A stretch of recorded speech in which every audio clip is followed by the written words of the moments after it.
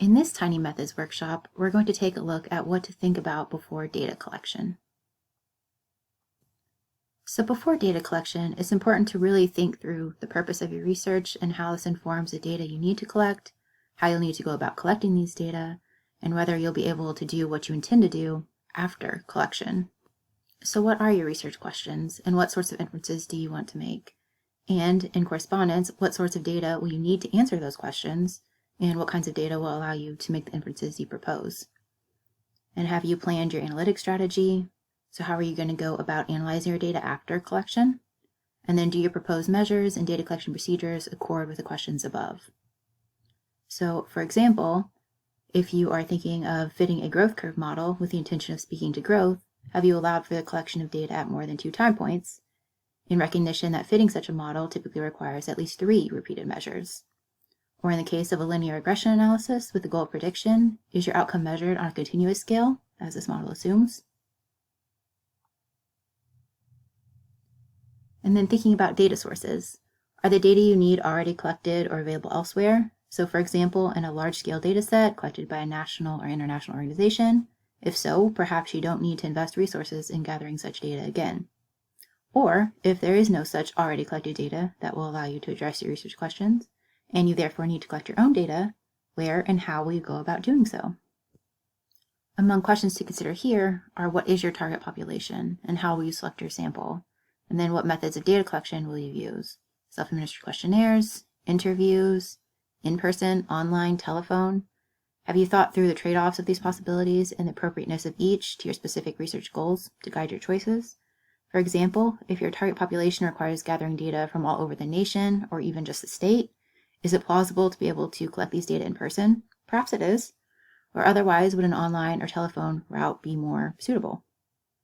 And then will whichever method you choose allow you to collect the types of data you need to address your research questions?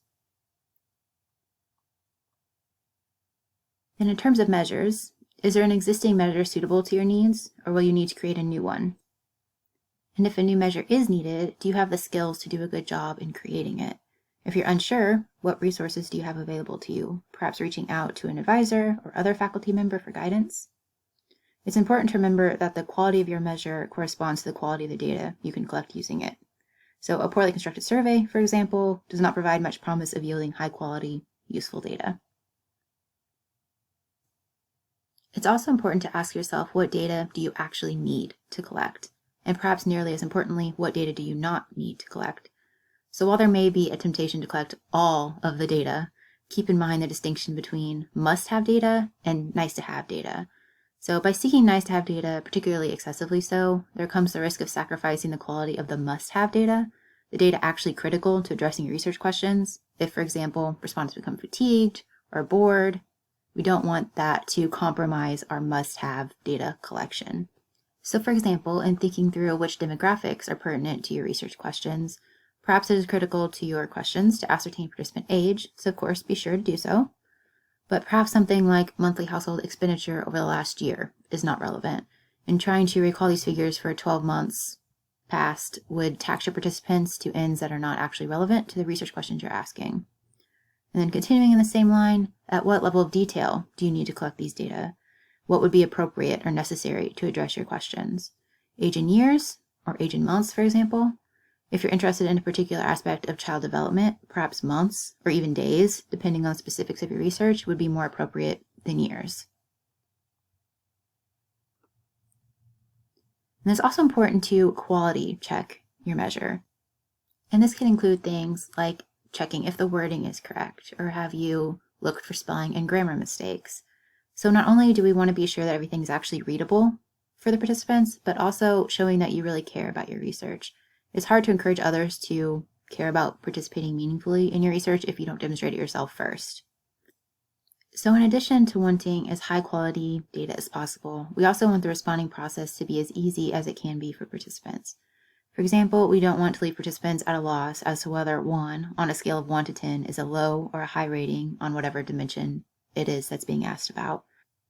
So critically think through whether there are confusing response options. So have you clearly indicated what the endpoints of a scale represent? And it's also important to think about What's clear to you might not be clear to others, so consider soliciting feedback on the items you've written to be sure that they make sense to others as well. And continuing on this theme, have you checked for problematic questions? So for example, leading questions, which subtly nudge respondents towards a particular response. So an example is, do you agree this workshop is informative? That is subtly nudging a respondent to agree. But we can instead rephrase this with something like, how informative did you find this workshop? With response options like not at all informative, somewhat informative, or very informative. Another problematic question type are double-barreled questions. So an example of that is, how satisfied are you with the selection of nonfiction books in the library and the process of checking these books out?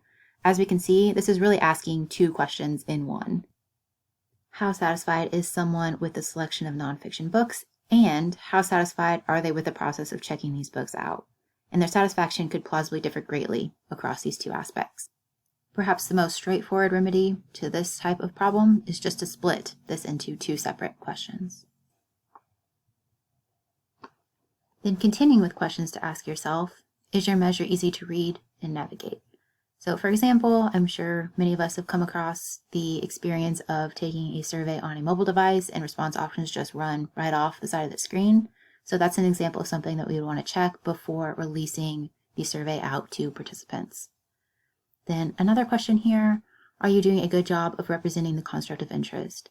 So this question involves everything from complex considerations about what your guiding theory indicates about the construct, down to somewhat simpler considerations of whether you're even asking enough questions to plausibly represent the construct at all. So for example, if your primary interest is in creativity, would a single item like, how creative are you, from not at all creative to very creative, help you to say anything meaningful about creativity? Probably not. And then, as mentioned before, consider pre-testing your measure when possible.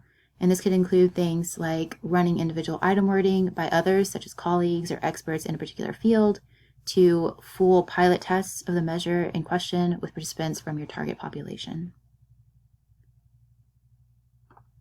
Then moving to some other considerations. As we've touched upon already, consider what burden is placed on your respondents in participating in your research. So how many questions are too many for any given participant or data collection event?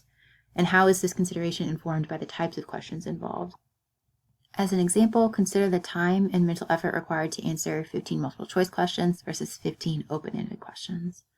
And then there are, of course, also practical considerations to take into account. So what data collection window is reasonably available to you? Is it feasible to collect data from, say, 1,000 participants in a month? And we can see how this interacts with factors we've considered before. So perhaps collecting data from 1,000 participants is feasible if your data collection method involves online self-administered questionnaires. Perhaps not as much if you will be the only one doing in-person interviews. And then alongside time, financial limitations are also a consideration to take into account prior to data collection. So with a fixed budget, there are only a certain number of, say, surveys you may be able to print and mail to selected participants. The question then becomes, how do you make the most out of the surveys you actually can administer? Tying back to what we've explored before, one means is to make the responding process as easy as possible for the potential participant by making sure their survey items are easy to read and response options are clear, hopefully helping to maximize the number of surveys sent out that are actually returned to us with quality, complete data. Something else to think about is power. So do you have enough power to answer your research questions? Power is the probability of detecting an effect given that the effect is really there. So correctly rejecting a false null hypothesis. So if there really is a difference between, say, treatment A and treatment B on a particular outcome, power is the probability of detecting this difference. Thinking about power can help you with sample size considerations before data collection by investigating whether your intended sample size is large enough to detect an effect of a particular expected magnitude if the effect is really there.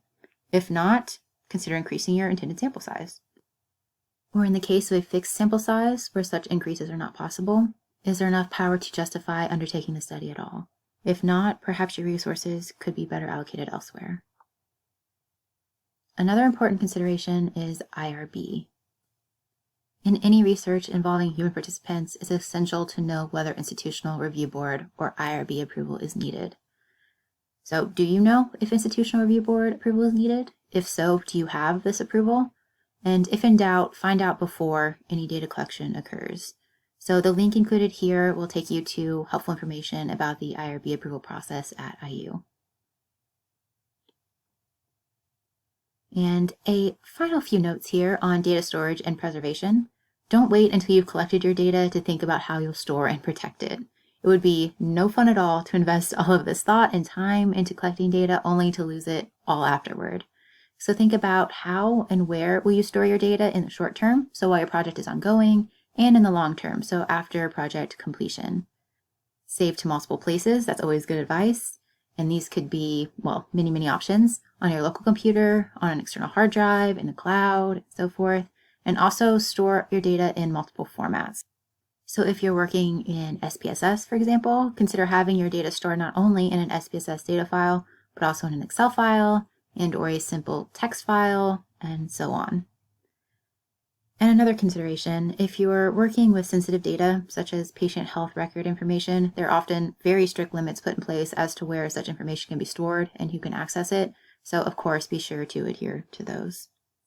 Finally, for more about good practices for working with your data after collection, check out our future workshop on good data hygiene, April 7th of this year. And if you need any help at all with your research methods, we do offer consultations both in person and virtually. Visit us at the following website, education.indiana.edu/research-help, or email us at drhelp@indiana.edu.